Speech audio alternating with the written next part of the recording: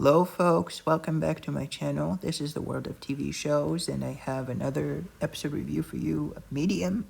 And this time we'll be looking at the 13th episode of the second season called Raising Cain. The episode originally aired on January 23rd, 2006 on NBC. It was directed by Edwin Sharon and written by Craig Sweeney. Wow. What a lot to unpack in this episode. So many things happen. So please bear with me as I try to recall, at the best of my ability, the events that occurred throughout the episode itself. So, first off, the episode begins with the usual dream sequence that Allison is having.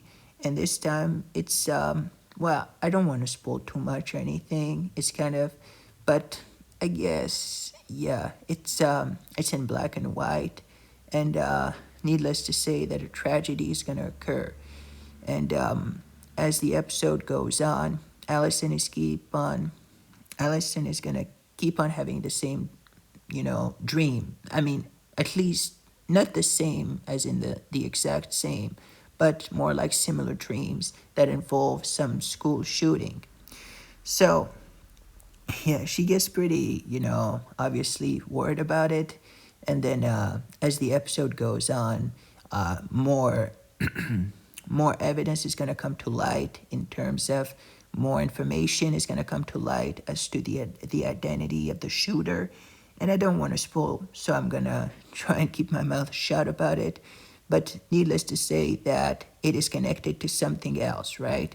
And the main plot of the episode is about a kidnapped boy who is basically who was taken from his parents, and something happened to that boy, and Allison is gonna try, to help in the search, but then, as it turns out, it's gonna be pretty shocking, Let's just say that things are gonna take a turn for the worse as Allison is gonna start to suspect that the person that who might have kidnapped this boy, might be closer to him than most, right? It's gonna be pretty close. It's gonna hit pretty close to home, as she's gonna find out that maybe the person, somebody was trusted enough to be around the boy and might have taken advantage of that for some evil thing, right? And needless to say that it's all gonna be, pretty hard to to watch because of all the, the violence and all of that. Since he's just a young boy, and yet something involving drugging and shooting and an old some kind of a dump, right? A waste dump, and obviously, something's gonna be found, or someone, whether the boy is alive or not. I don't want to spoil too much or anything, but you'll find out for yourselves what is what, right? Since I don't want to spoil too much or anything. But yeah, Allison is going to start to suspect that somebody close to the boy might have had something to do with his disappearance, and, all the events that precipitated, him going missing. So I'll let you find out for yourselves exactly what it is. So yeah, Allison, alongside the district attorney and Detective Scanlon, are going to try to,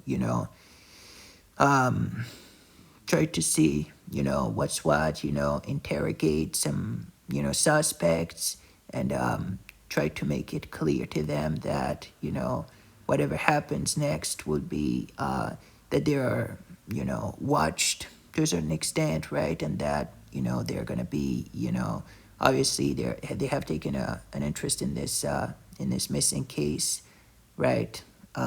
Right.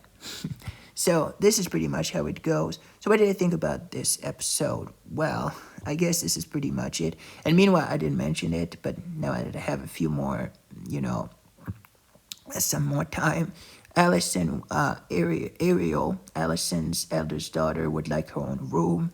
And this is due to the fact that, Marie, who is the youngest, is getting a little, a little too big for a crib, and basically, they might Ariel has some kind of an idea in which she could basically get her own room, and Marie could sleep with in Bridget's room.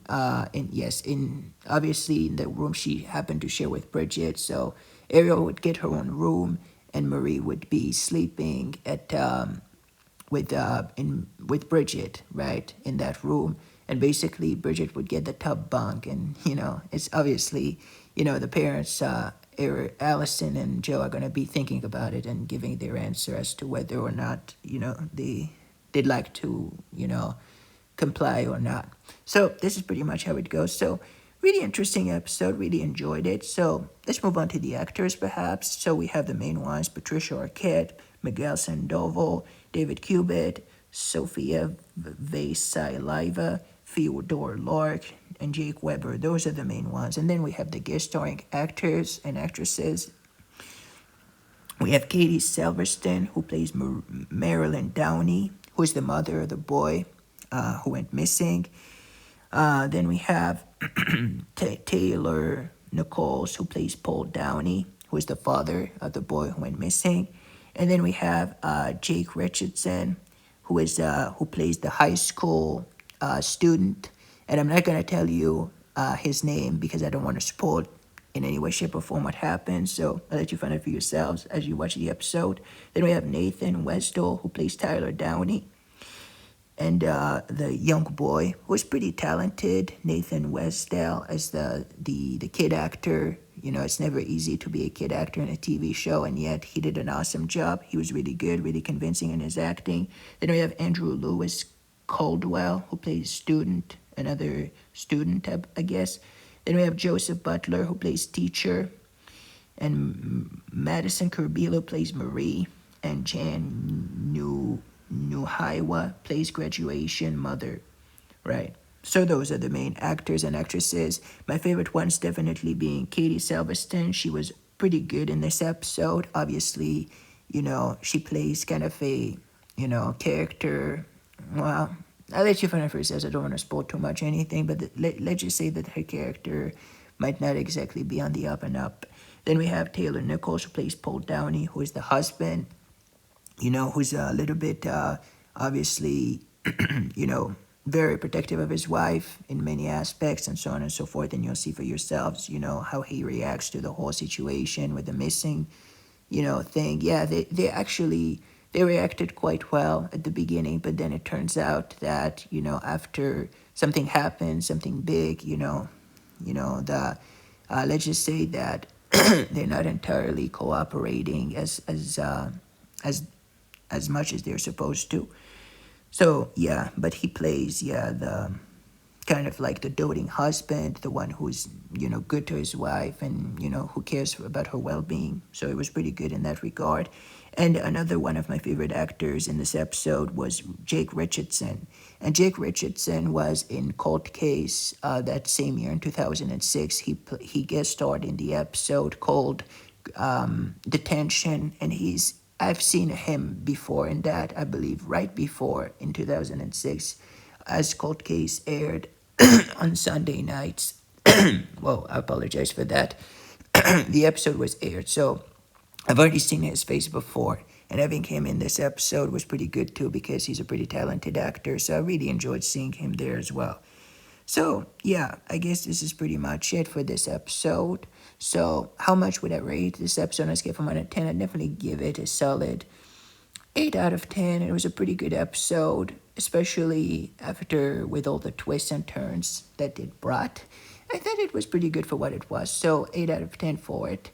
And I kind of liked the ending, the final twist, and the big resolution. I liked how it all ends up and how everything kind of ties up, and also the black and white, sequences with the dream of Allison's. It is like some kind of a production to a certain extent, some kind of a, a short movie.